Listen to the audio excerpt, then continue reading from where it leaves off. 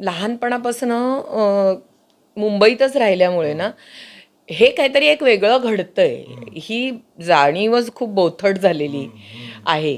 त्यामुळे गर्दी असणार, ट्रेनला गर्दी आहे, त्याच्यातच चढायचं आहे, त्याच्यातच उतरायचं आहे आणि हा प्रवास असाच चालू राहणार आहे. हे एक त्यामुळे मला गर्दीचा ना त्रास असा कधी खूप हिट नाही झालाय. उलट मला ज्यांना गर्दीचा त्रास होतो त्यांचा राग येतो.